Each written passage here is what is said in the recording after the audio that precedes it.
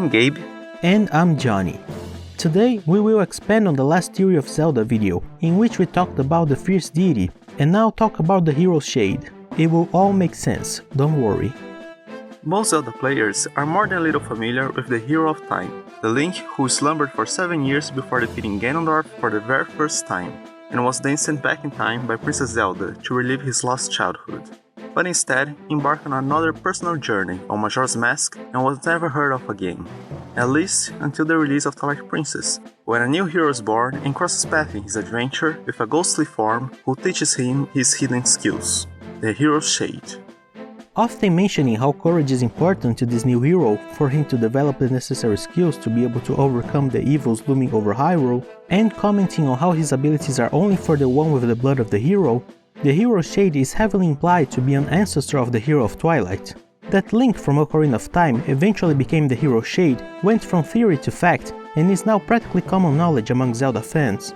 But what still generates quite a few speculations is how one of the greatest heroes in Hyrule's history could have been bested and forgotten. Let's start by going to the last known location of the Hero of Time. It is implied at the beginning of Majora's Mask that Link is somewhere in Lost Woods, close to where he was raised in the Kokiri Forest, looking for Navi, the fairy who once accompanied him in his adventure through time. With that, we know that the entrance to Termina, or at least one path to Clock Town, is somewhere inside the Lost Woods, and the only reason Link found his way in was because he was dragged by Skull Kid while he was kidnapping Epona and stealing the Ocarina of Time. So, when Link finished saving this new land from the falling moon and tried to return from Termina, it's possible he didn't know exactly where in the Lost Woods he was and how to go back to the Kokiri Forest.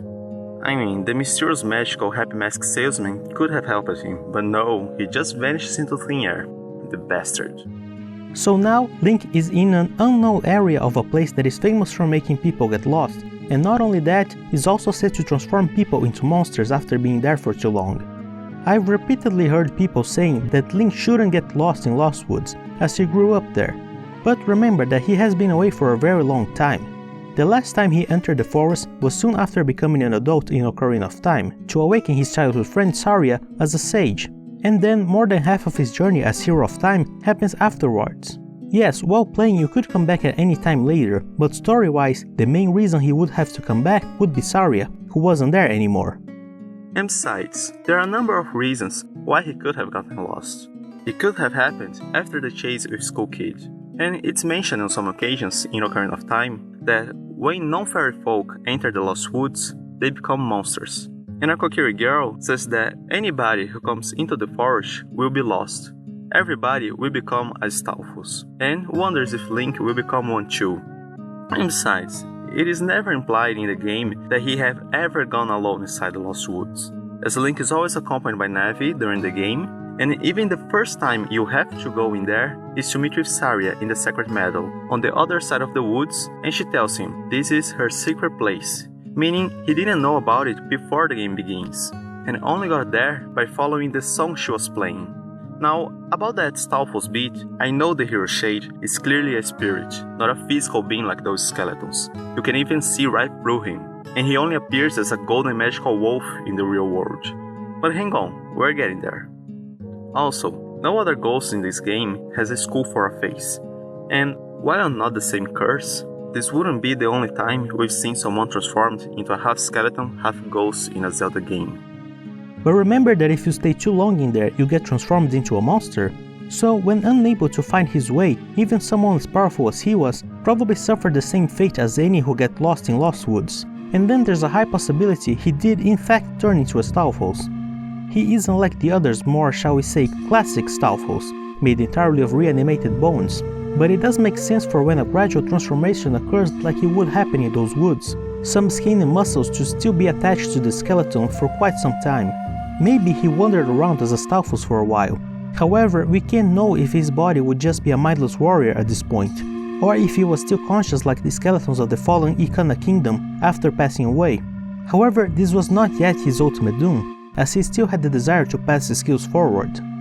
The Hero of Twilight is still one of the most agile of Link's incarnations, and most of this comes from the moves he learns from the Hero's Shade.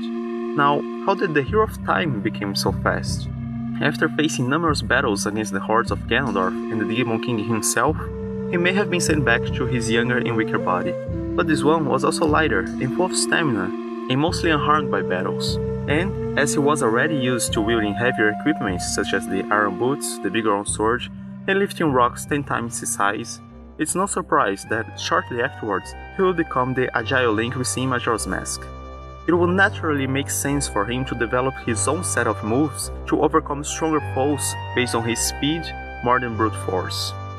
As he still had the regret of not passing along all the skills he learned and developed over his journeys, that caused his spirit to become the wraith we know as the Hero Shade, just waiting for a new hero of his bloodline to arise for him to finally pass on his abilities. There's also a nice side theory that the mysterious cursed swordsman buried in the hidden graveyard in Hyrule Castle would be the Hero Shade. Here we can only guess what was the fate of his body. It probably would look like his ghost, so by those leaves covering portion of his armor, he probably stayed untouched in the woods for quite some time before being found. With the forest always shifting places from game to game in Hyrule, I would guess the area he was in eventually was no longer part of Lost Woods. Otherwise, anyone who would have found him would likely get lost and become a Stalfos as well. A troop of soldiers would probably be responsible for dealing with him as a Stalfos. Well, maybe some braver ones. Especially one as powerful as the Hero of Time wouldn't go down easy. After seeing who he actually was, they honor his memory by burying him in the castle ground, beneath the sacred tree symbolizing the Great Deku Tree, who raised him as a child. There are a few other hints in the game to the Hero Shade being the Link from Majora's Mask, like the songs Link has to howl while in wolf form to summon the Hero Shade seems to be the ones the Hero of Time learned throughout his journeys, both in Ocarina of Time and in Majora's Mask. The Hero's Bow, acquired in the Goron Mines and said to have belonged to the ancient hero, looks much more similar to the one from Majora's Mask than any bow from any other Zelda.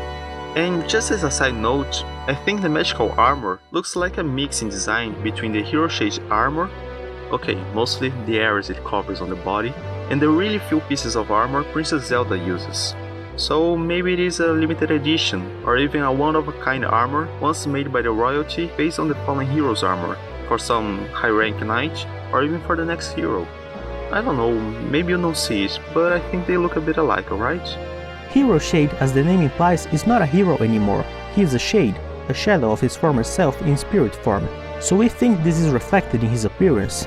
We believe that his physical appearance is a reflection of his memories, of everything he went through that meant something to him and marked him in some way or another. Maybe even as a result of the Fierce Deity's transformation, as we discussed in our last theory.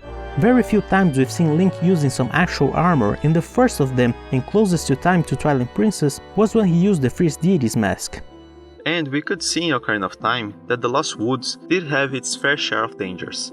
So, if Link still had the mask he wore to defeat Majora in his possession, he probably would have used it to be able to better deal with the threats of the Lost Woods.